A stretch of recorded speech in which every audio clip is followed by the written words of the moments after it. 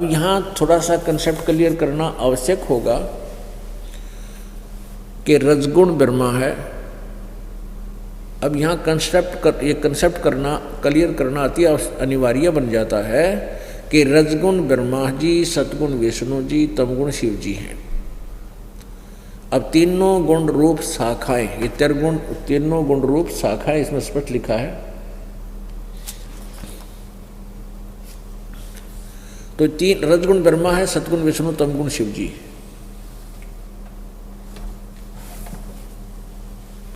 इसको स्पष्ट करेगी हमारी श्रीमद् देवी भागवत महापुराण। ये देखिएगा,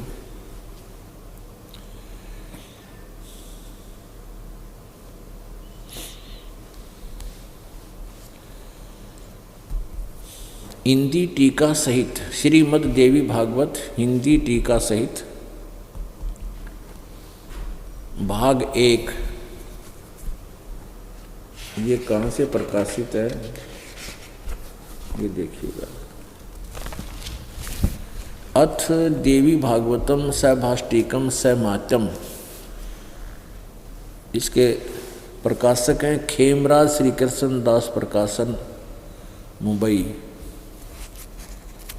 और इसका अनुवादक कौन है?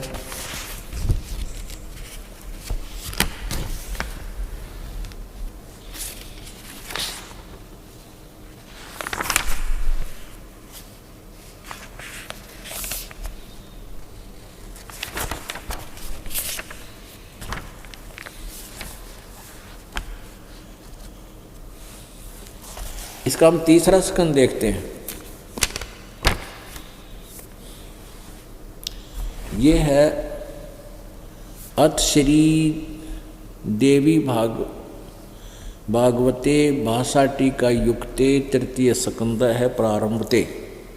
ये तीसरा स्कंद यहाँ से प्रारंभ होता है। इसके 11 नंबर पृष्ठ पे ये स्पष्ट होगा, रजगुण ब्रह्मा है, सतगुण विष्णु, तमगुण शिव जी। ये देवी भागवत पृष्ठ नंबर 11 और तृतीय स्कंद है भाषा टीका, तृतीय स्कंद अध्याय 5 का। अब ये श्लोक नंबर 8वां पढ़ेंगे। 8वां ये क्लियर करेगा। भगवान शंकर अपनी माता दुर्गा से प्रार्थना कर रहे हैं, बता रहे हैं, हे माता, यदि हमारे ऊपर सदा आप दया युक्त हो तो हमको तमोगुण में किस प्रकार प्रदान किया है। ये प्रदान किया संस्कृत में नहीं है, आगे दिखाएंगे। ब्रह्मा रजोगुण, हरि सतोगुण क्यों युक्त क्यों किया है, युक्त किए हैं। यह देखो, यहाँ फिर देखो, तो 8वां श्लोक है, हे माता, यदि हमारे ऊपर सदा आप दया युक्त हो, यदि आप हम पर दयालु हो तो हमें इसे जुल्म में क्यों लगा दिया, हम ऐसे क्यों बना दिए। हमको यानी मुझे तमोगुण में किस प्रकार प्रदान किया है, ब्रह्मा रजोगुण, और हरि यानी विष्णु जी को सतोगुण क्यों युक्त किया है, युक्त क्यों किए। अपनात्मा अब संस्कृत और देखेंगे हम। यहाँ देखो, 7वां श्लोक समाप्त हुआ, 8वां प्रारंभ होता है। यदि दया धर्मना न सदाम्बिके कथम अहम विहित च, कथम विहित च, मैं क्यों बना दिया, विहित माने युक्त कर दिया, तमोगुण है, तमोगुण क्यों बना दिया। कमल जय, कमल से उत्पन्न होने वाले ब्रह्मा जी को रजोगुण संभव, रजोगुण क्यों बना दिया। और सुहित सुविहित किमो सतोगुण हरि, और विष्णु जी को आपने किस प्रकार सतोगुण युक्त कर दिया।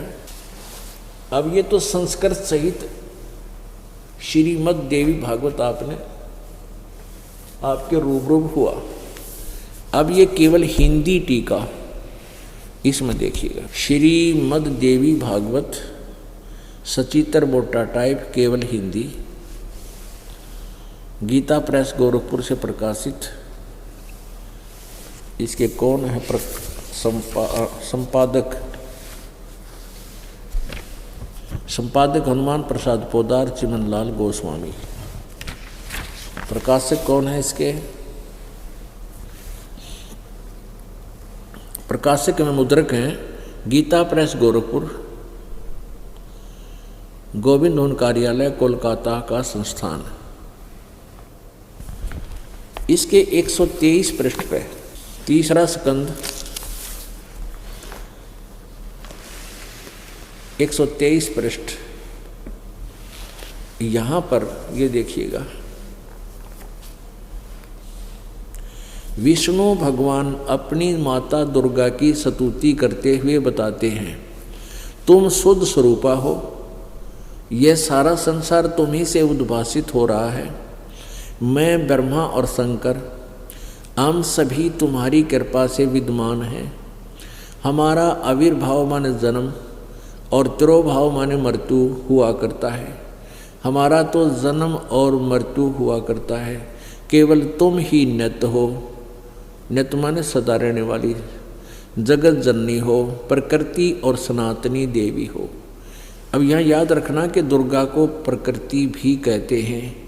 ये गीता जी में जब दास आपको दिखाएगा ब्रह्मा विष्णु महेश की उत्पत्ति, तब आपका यूँ काम आओगा कि दुर्गा प्रकृति को कहते हैं। भगवान शंकर बोले देवी, यदि महाभाग विष्णु तुम ही से प्रकट हुए हैं, तो उनके बाद उत्पन्न होने वाले ब्रह्मा भी तुम्हारे ही बालक हुए। फिर मैं तमोगुणी लीला करने वाला शंकर क्या तुम्हारी संतान नहीं हुआ? अर्थात मुझे भी उत्पन्न करने वाली, जन्म देने वाली तुम ही हो। शिवे, दुर्गा को कहते हैं, शिवे संपूर्ण संसार की सृष्टि करने में तुम बड़ी चतुर हो। इस संसार की सृष्टि, स्थिति और संहार में तुम्हारे गुण सदा समर्थ हैं। उन्हीं तीनों गुणों से उत्पन्न हम ब्रह्मा विष्णु एवं शंकर।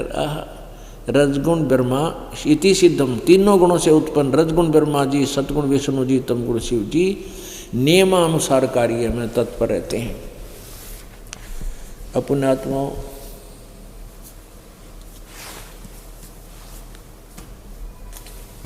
अब ये गीता जी अध्याय नंबर 15 के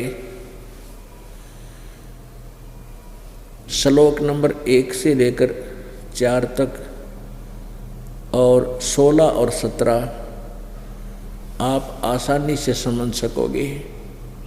यही पवित्र सदग्रंथ हमारे घरों में विद्यमान थे, लेकिन ये अज्ञानी अनाड़ी, ये संत ऋषि ब्राह्मण, ये हमारे गुरुजी अपने ही सिलेबस की बुक्स को, अपने ही सिलेबस की, अपने ही पाठ्यक्रम की पुस्तकों को नहीं समझ सके तो विद्यार्थियों को वो क्या पढ़ाएंगे।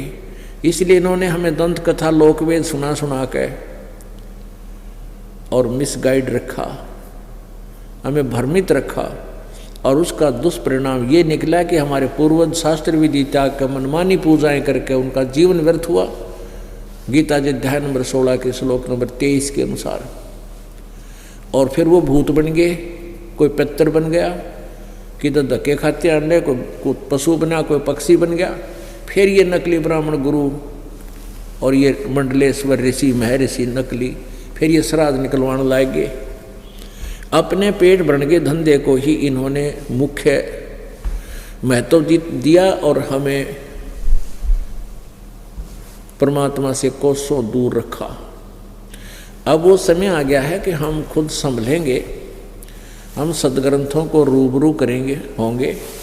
अपने प्यारे सदग्रंथ आज भी वही कथा बता रहे हैं जिसको हम सत्य मानते थे। तो उनमें लिखा क्या है उसको हम स्वयं आँखों देख करके अब जानेंगे, अपने मार्ग को, अपनी दिशा को फिर हम ठीक कर लेंगे।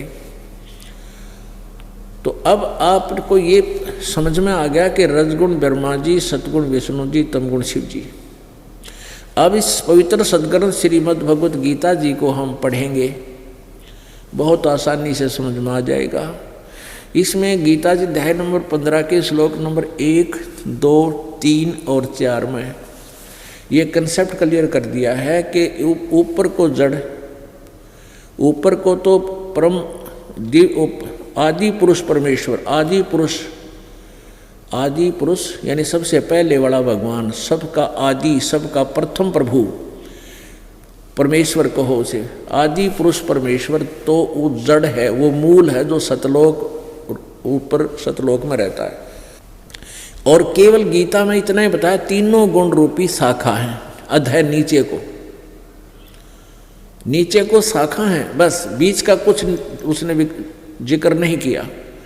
अब फिर ये भी प्रमाण दे दिया कि इस पूरे उल्टे लटके संसार रूपी वृक्ष के सभी पार्ट्स को, सभी विभागों को जो बतावेगा तत्व से, उसका तत्व, यानी इसमें तो सिर्फ टहनी, जड़, तना आज ही बताया है। और वो फिर बताओगा तना किसे कहते हैं, जड़ किसे कहते हैं, अक्सर शाखा किसे कहते हैं और डार किसे कहते हैं, पत्ते क्या हैं। तो उस परमात्मा ने स्वयं एक तत्वदर्शी संत की भूमिका की, जो प्रत्येक युग में आते हैं। और यही प्रमाण हमारे वेद बताते हैं कि वो पूर्ण परमेश्वर जो ऊपर सतलोक में रहता है, मुक्ति धाम में रहता है, वो वहाँ से गति करके आता है, अपनी प्यारी आत्माओं को मिलता है, जो अच्छी आत्माएं होती हैं उनको तत्व ज्ञान से परिचित कराता है। और उसका उद्देश्य क्या होता है कि तत्व ज्ञान प्रचार करूं, यथार्थ ज्ञान इन्हें बताऊं, फिर ये सब अन्य आत्माओं को बताएं। तो वो परमात्मा सतलोक से चलकर आता है, गति करके आता है और नीचे अपना यथार्थ ज्ञान बताता है।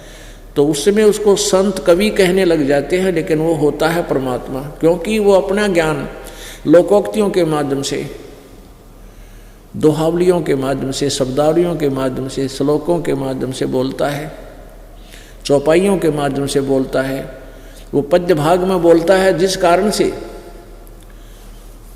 उनको एक प्रसिद्ध कवि की उपाधि भी प्राप्त होती है, लेकिन वो होता है परमात्मा।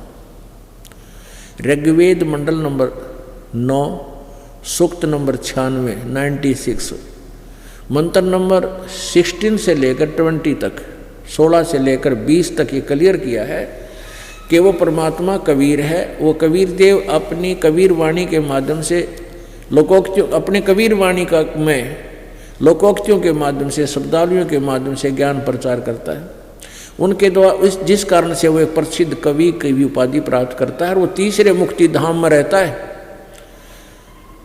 वो पूर्ण परमात्मा है।